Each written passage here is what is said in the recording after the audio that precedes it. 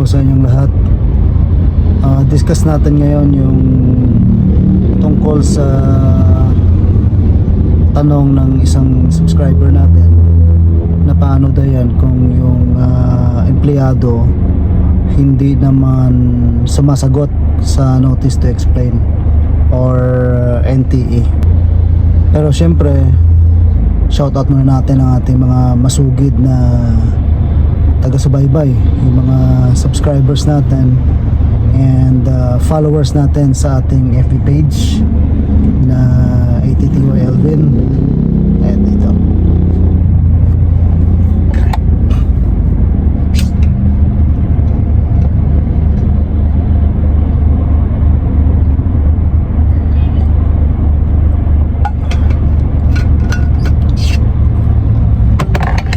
Ang tanong niya, paano daw yun kung hindi sumasagot sa NTE yung empleyado. O ano lang kung siya ay para sa employer or for or for employee, no? But the whole point is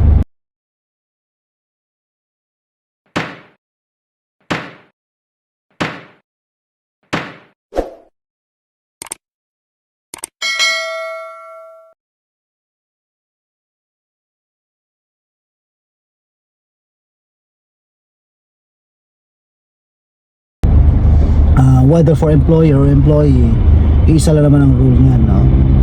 Sa ating labor code and the IRR, no? Implementing rules and regulations, nakalagay dyan na si empleyado na tatanggalin sa trabaho should be given the two notices, the notice to explain at saka yung notice of termination, no? Kung termination yung case niya, or notice of decision kung decision na in general parang mga suspension, written warning, depending on the company policy. Now in between, meron siyang requirement na ample opportunity to be heard, no? Na parang merong face-to-face conference doon sa kaso, no? Kung merong nakalagay na ganun sa company policy.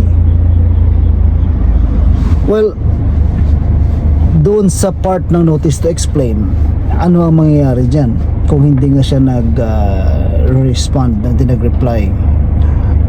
Sa kaso ng King of Kings Transport Incorporated versus Mamak, sinabi ng Supreme Court na ang notice to explain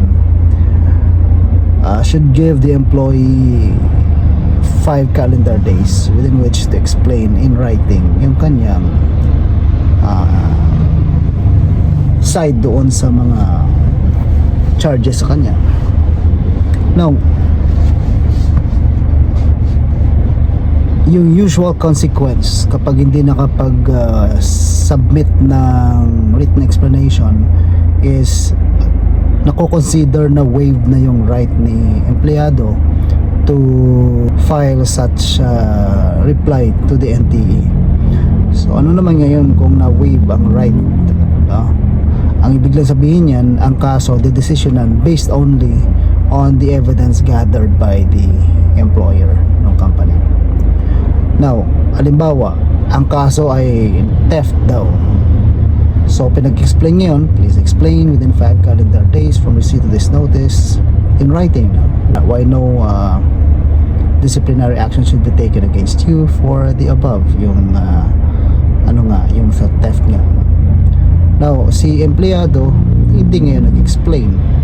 So, kung halimbawa sa theft na yon, ang mga ebidensya doon, yung affidavit or written statement ng mga kasamahan na siya ang kumuha ng pera sa ibabaw ng lamesa, tapos nakikita siya sa CCTV na nandun sa may lamesa, nagiging uncontroverted yun. Ibig sabihin, parang wala siyang side ngayon na ipapaliwanag niya yung mga pangyayari na yon. So lumalabas, didesisyonan yung kaso based lang doon sa mga ebidensya na yun, yung testimony ng kanyang kasama sa trabaho, kung ano yung nakalagay doon sa CCTV.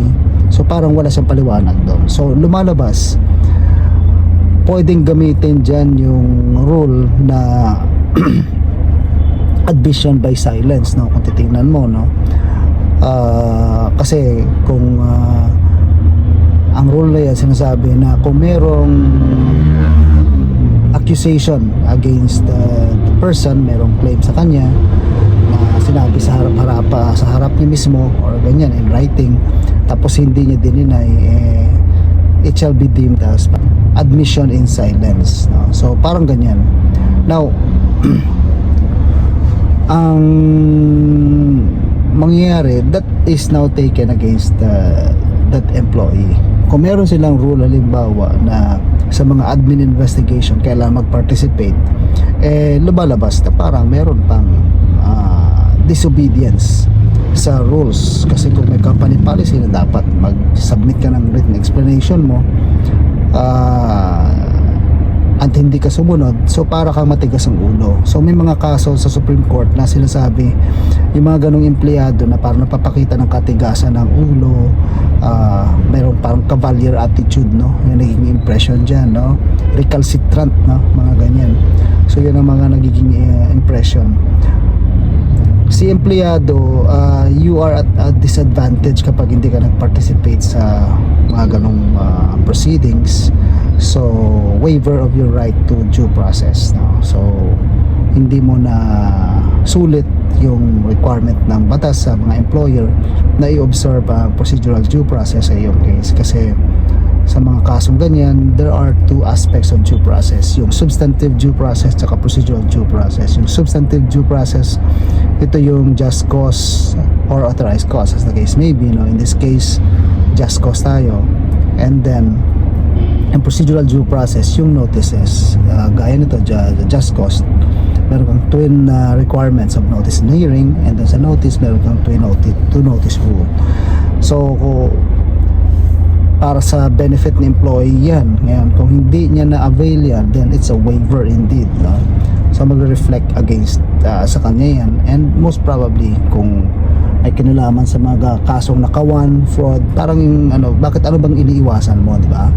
May mga impression na baka mamaya you are fleeing, no? Ibig sabihin magagamit pa sa'yo yung mga flight is an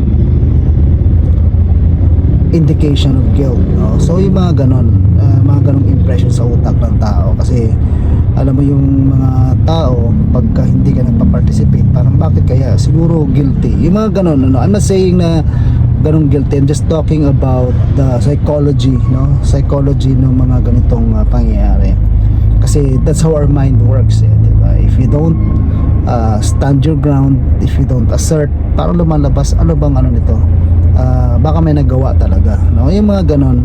So kung ikaw si employee, avoid not responding, no, sa mga ganyan. Kasi kung meron ka namang paliwanag and you think you are in the right, tama ka, ilaban mo yan, no? And then syempre sa partner respondents, tuloy-tuloy ka lang. Kung hindi siya kung hindi siya nag-participate, then you just move on, you go, you proceed with the admin conference kung nakalagay sa policy niyo yan. But ako, I always err on the side of providing due process. Kaya ako, nagkakandak pa ako ng hearing pag ganyan, kahit na wala naman nakalagay sa code of conduct. So mas mabuti na yung na over implementation ka sa mga due process na yan, kasi mas magandang nagkakaroon ng opportunity na lumabas yung katotohanan, di ba? But you cannot blame employers kung wala silang time na talagang sagarin kung ano yung ini-expect ng empleyado na para sa kanya. So yan ang rules natin. So guys, I hope you learned something from this video, and if you do, please share this with your friends, your colleagues, your family members, or any person you think will benefit from this information. And thank you for watching the video, and I hope to see you in my next videos.